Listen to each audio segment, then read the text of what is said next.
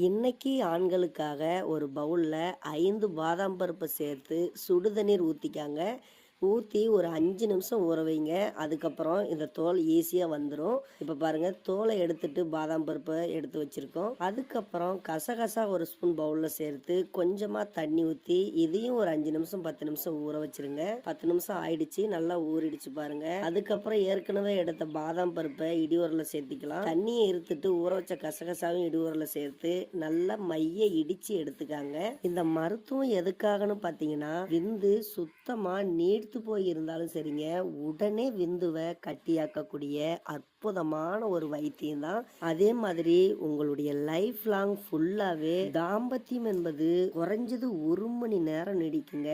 அந்த அளவுக்கு விந்துவை நல்லா திடகாத்திரமா மாற்றக்கூடியது தான் இது. நல்லா இடிச்சு எடுத்தாச்சு. அதுக்கப்புறம் ஒரு பவுல்ல தேங்காய் பால் எந்த அளவுக்கு வேணுமோ அந்த அளவுக்கு சேர்த்திக்கலாம். பிறகு இடிச்சு எடுத்து வச்சிருக்கக்கூடியதை சேர்த்து நல்லா மிக்ஸ் பண்ணுங்க. இதில் சுவைக்கேற்ப நாட்டு சர்க்கரையோ கருப்பட்டியோ நீங்க சேர்த்திக்காங்க.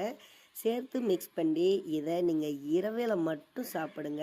தாம்பத்தியம் போகிறதுக்கு 2 மணி நேரத்துக்கு முன்னாடி இந்த மாதிரி சாப்பிட்டு நீங்கள் தாம்பத்தியம் போங்க. முதல் நாள் சிறிதளவுக்கு வேலை செய்யும். 2வது நாள் நீங்கள் நினைச்சு பார்க்க முடியாத அளவுக்கு தாம்பத்தியத்தினுடைய நேரம் ரொம்ப அதிகரிக்கும். இத்தனை மருத்துவம் நீங்கள் சாப்பிட்டு இருந்தாலும் சரிங்க, ஆனால் இது வேலை செஞ்ச மாதிரி எந்த ஒரு மருத்துவமே வேலை செஞ்சிருக்காது.